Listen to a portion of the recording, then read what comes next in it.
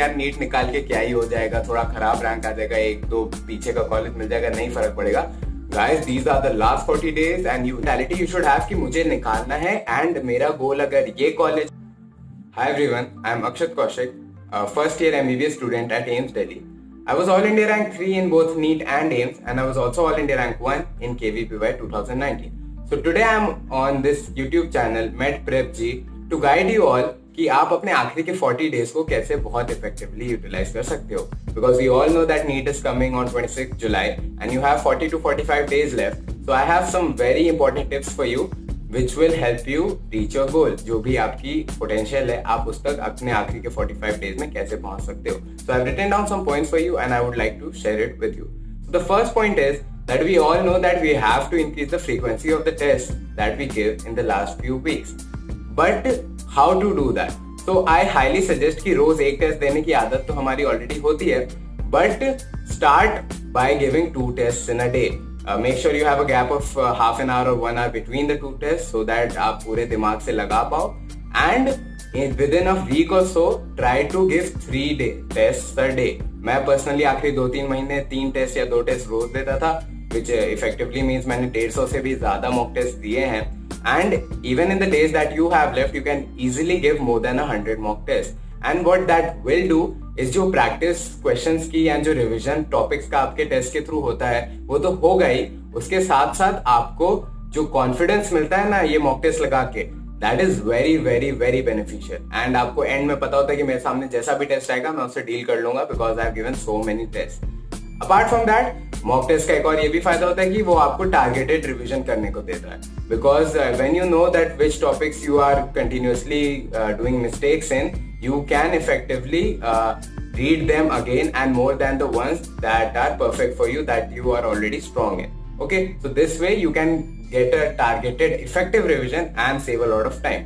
Now अगला point मेरा ऐसा है जो नॉन अकेडमिक है बट इस आखिरी के टाइम पे बहुत ज्यादा लोगों को आता है, which is anxiety and stress कि what if they do not achieve their goals in the final exam.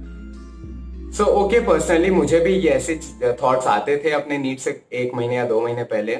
And what I used to do was I did not waste my time thinking or overthinking about this alone. Rather, whenever I had any such anxious thoughts, I made sure कि मैं किसी ऐसे person से बात कर लूँ जो मेरे close हो, मेरे family का कोई हो या फिर मेरे दोस्तों में कोई हो. And make sure you have that person in your life and just talk to them. बताओ, because this way you can effectively save a lot of time while actually dealing with your emotional problem.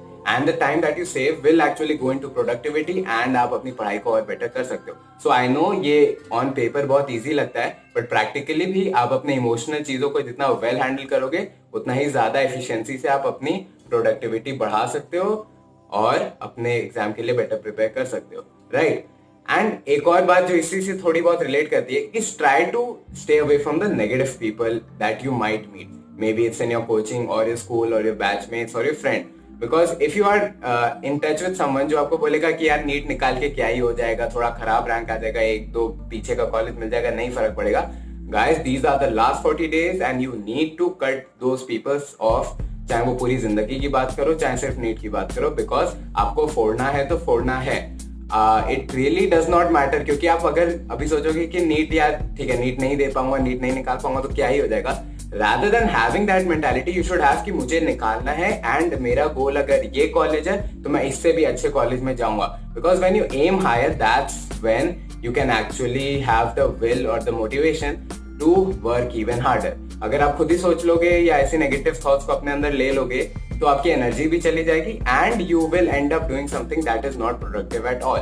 अगर आप NEET की पढ़ाई छोड़ के PUBG खेल रहे हो या कोई भी वीडियो गेम खेल रहे हो या टाइम वेस्ट करो, so that is effectively the worst thing you can do at this time. Okay, and one more point, one very important point जो मैंने देखा है कि काफी बच्चे आखिरी 2 महीने में बहुत इस तरफ इस डायरेक्शन में चले जाते हैं, is that whenever they encounter a question जो थोड़ा टफ होता है, मे बी जैसे फिजिक्स का कोई क्वेश्चन हो या थोड़ा आउट ऑफ सिलेबस क्वेश्चन हो बायो का, then they go all the way with that question. They are like shit यार मुश्किल क्वेश्चन आ गया, आउट ऑफ सिलेबस क्वेश्चन आ गया, अगर नीट में भी आ गया, so I won't be able to do this.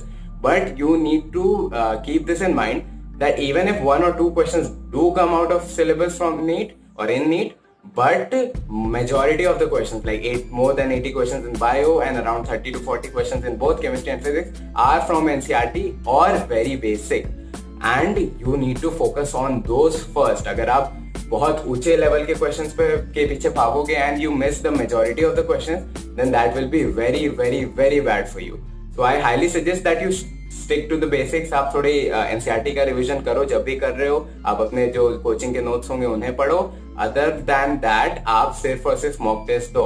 आप बहुत हाई लेवल की बुक्स पे मत जाओ, आप नए बुक्स मत खरीदो लोगों से पूछ के, एंड आप अपने टीचर्स के पास भी बहुत मुश्किल डाउट्स लेके मत जाओ, बिकॉज यू आर लाइक कि सर ये कॉन्सेप्ट से आ गया, सेमीकंडक्टर में बहुत मुश्किल होता है, ऐसा कुछ आ गया फॉर एग्जाम्पल, तो आप उस पर स्ट्रेस लो और उसमें एकदम डेप्थ में घुसो. उससे अच्छा you make sure that your input output ratio is very nice, right? So with that, I think मैंने आपको बहुत सारे tips दिए which will help you, and tell me in the comment section how much you like this video and if these tips work for you or not.